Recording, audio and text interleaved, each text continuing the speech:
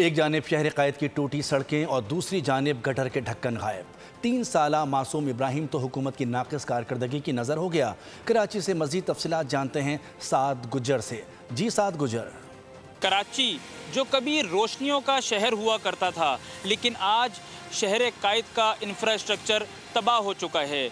यहाँ पर कभी खूबसूरत सड़कें हुआ करती थी, लेकिन आज यहाँ पर अहम शाहराहों पर भी मेन होल्स और गटर नाले खुले हुए नज़र आते हैं, जिनकी वजह से मुख्तलिफ़ जगहों पर हादसात पेश आते हैं। रवा साल शहर क़ायद में गटर और मेन होल्स में गिरने से 24 अमवात हो चुकी हैं। एक अफसोसनाक वाक़या पेश आया, जिसके अंदर एक 3 साला बच्चा इब्राहिम जो अपने वालिदैन के साथ शॉपिंग करने के लिए आया था, लेकिन उसको बिल्कुल मालूम न था कि उसके साथ क्या अनहोनी होने वाली है। शॉपिंग के बाद बाहर निकलते ही एक मेन होल में इब्राहिम जा गिरा। आइए आपको उस जगह पे लेके चलता हूँ जहाँ पर इब्राहिम के साथ ये हादसा पेश आया। ये है वो निजी शॉपिंग सेंटर, जिसके अंदर से निकलने के बाद, शॉपिंग करने के बाद उनको बिल्कुल मालूम न था। और ये है वो मौत का गड्ढा जो इस वक्त आप यहाँ पर बोल न्यूज़ की स्क्रीन पर देख रहे होंगे।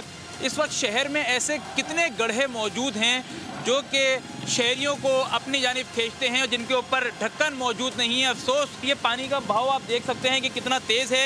यही वजह थी कि जब इब्राहिम इसके अंदर गया तो ये पानी यहाँ से सीधा जो ये नाले का पानी है ये आगे की तरफ जा रहा है। और तकरीबन यहाँ पर 500 से 600 मीटर दूर जो है वो जगह थी, वो लोकेशन थी जहाँ से 13 से 14 घंटे के बाद जो है इब्राहिम की डेड बॉडी को रिकवर कर लिया गया।